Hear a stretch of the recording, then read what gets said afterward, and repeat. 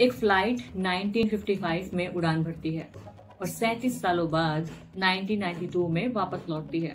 आसमान में ही रहकर जब पायलट्स टीम से लैंडिंग के लिए परमिशन मांगता है तो टीम उनसे पूछती है कि आप कहां से आए हैं, और फिर पायलट टीम को सब कुछ बताता है और लैंडिंग करने की फिर से परमिशन मांगता है। एयरपोर्ट पर जो टीम होती है वो पूरी तरह से हैरान होती है। तो टीम का एक सदस्य कहता है कि ये वही फ्लाइट है जो 37 साल पहले 1955 में गायब हुई थी। लेकिन भला ऐसे कैसे हो सकता है कि कोई फ्लाइट इतने सालों बाद, वो भी अपने सभी पैसेंजर्स के साथ, वापस लौट रही थी? इतने सालों तक आखिर ये फ्लाइट कहाँ पर थी? पायलट से जब ये सवाल पूछा जाता है कि आप इतने सालों तक कहाँ थे, तो पायलट इस बात पर जवाब देता है और कहता है कि इतने साल तो नहीं हुए हैं, हमें तो उड़ान भरते हुए सिर्फ कुछ घंटे ही हुए हैं। अब सवाल ये था कि क्या वाकई में ऐसा मुमकिन था? तो चलिए आज हम आपको 37 साल बाद वापस लौटने वाली इस फ्लाइट की सच्चाई से रूबरू कराने वाले हैं। हम बात कर रहे हैं फ्लाइट 914 की। एक ऐसी फ्लाइट की कहानी जिसने दशकों तक इंटरनेट और सोशल मीडिया पर तहलका मचाया हुआ है।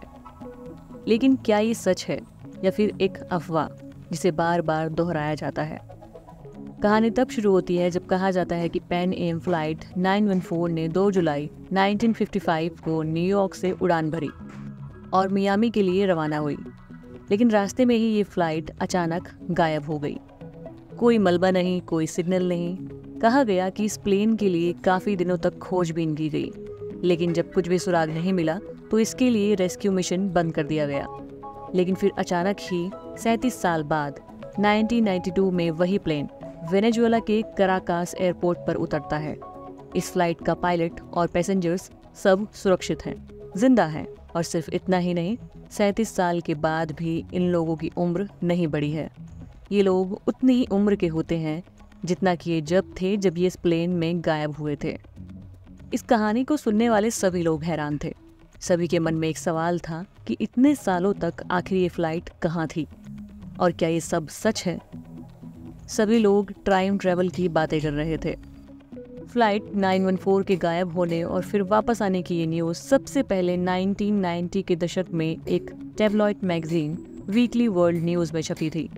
और ये वही मैगजीन थी जो एलियंस, टाइम ट्रैवलर्स और दूसरी काल्पनिक कहानियों को छापने के लिए जानी जाती थी।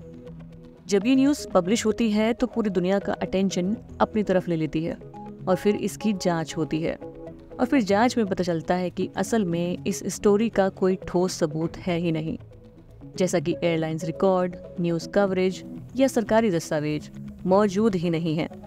मतलब कि ये कहानी पूरी तरह से एक मनगढ़ंत कथा थी जिसे सच्ची घटना की तरह इस मैगजीन में छापा गया था और फिर बार बार शेयर किया गया था।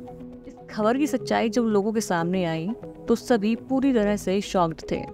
सभी का ये सवाल था कि आखिर कोई इस तरह की खबर को सच बताकर कैसे छाप सकता है। मगर शायद ये मैगजीन इस बात को उस टाइम में ही समझ चुकी थी कि ऐसी कहानियाँ लोगों को पसंद आती हैं, लोगों का इंटरेस्ट ग्रैब करती हैं और वायरल भी होती हैं, क्योंकि वो इंसानी दिमाग की सबसे बड़ी कमजोरी को टारगेट करती हैं, और वो कमजोरी है रहस्य और रोमांच के प्रति आकर्षण। जबकि सच तो ये था कि पैन एम नाम की एयरलाइंस 1991 में ही बंद हो चुकी थी और फ्लाइट 914 जैसी कोई उड़ान रिकॉर्ड में मौजूद ही नहीं थी। ना कोई पैसेंजर लिस्ट, ना कोई पायलट और ना ही कोई एयर ट्रैफिक रिकॉर्ड। सब का सब फर्जी। इस स्टोरी के बाद से ही लोग आज भी इसके बारे में जानने की क्यूरियोसिटी दिखाते हैं और इंटरनेट पर इसके बारे में सर्च करते हैं। लेकिन ये पूरी तरह से एक मनगढ़ंत कहानी थी, इससे ज़्यादा और कुछ भी नहीं। ये जानकारी आपको कैसी लगी हमें कमेंट बॉक्स में ज़रूर बताएं। वीडियो को लाइक करें, शेयर करें और ऐसी ही जानकारियों को पाने के लिए हमारे चैनल को सब्सक्राइब ज़रूर करें।